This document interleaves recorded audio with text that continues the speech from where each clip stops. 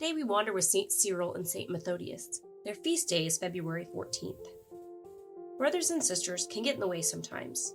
Little sisters barge into your room and interrupt you when you're talking on the phone. Big brothers make fun of you and boss you around. And whether they're younger or older, brothers and sisters always seem to be ready for a fight or ready to let you take the blame for things you didn't do.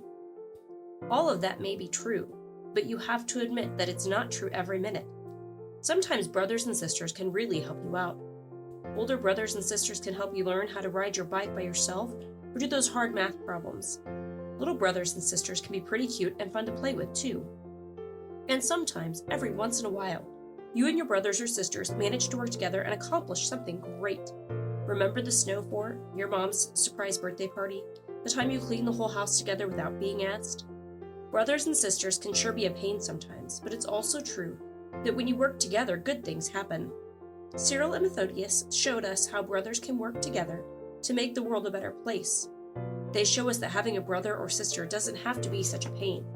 These two brothers were born in Thessalonica, which is in the most northern part of Greece. Methodius was older. When he grew up, he held important government positions. Cyril was the more scholarly type. He studied philosophy and later taught it. On the surface, Cyril and Methodius seem rather different, don't they? Methodius was involved in more practical, everyday matters, while Cyril seemed more interested in ideas. But really, they had more in common than it seemed. Both Cyril and Methodius put God first in their lives.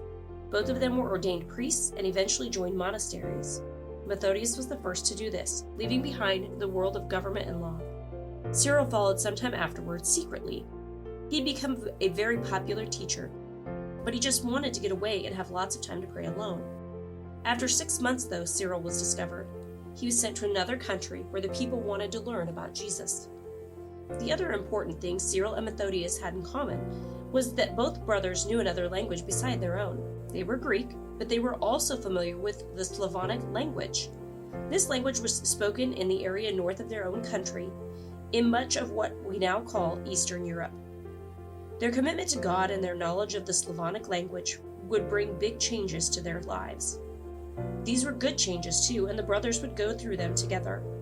Cyril and Methodius were asked to do a big job. The prince of the Slavic countries north of Greece had sent an urgent plea. His people very much wanted to know about Jesus. But of all the missionaries who had come to help, not one of them could speak their language. Not one could tell them about Jesus in words they really understood. Could anyone help? Cyril and Methodius could, so together the brothers began their journey north.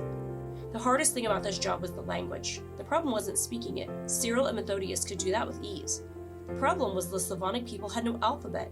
They had no written language and no books. They spoke, taught their children how to speak, and passed stories down by word of mouth, but they never wrote anything down. So of course the first thing the brothers had to do was make it possible for the language to be written. Cyril invented an alphabet for the language, and that alphabet, which is still used in all of Slavic languages, including Russian, is named after him. It's called Cyrillic. But that's not all. Once Cyril and Methodius arrived, they worked hard to do what all missionaries do.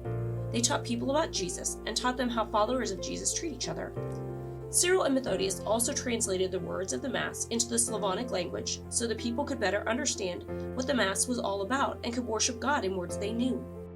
The brothers translated the scriptures too, so that the people could read stories about Jesus in their own language. This job had a dangerous side. Leaders of neighboring lands didn't like the work of Cyril and Methodius. They believed that giving the Slavonic people their own language and the Christian faith would make them stronger and harder to control and conquer. Several times, Cyril and Methodius had to travel to Rome to defend and explain their work to the Pope. Every time the Pope approved their work. After a while, as a sign of what he thought of their work, the Pope ordained both of them bishops.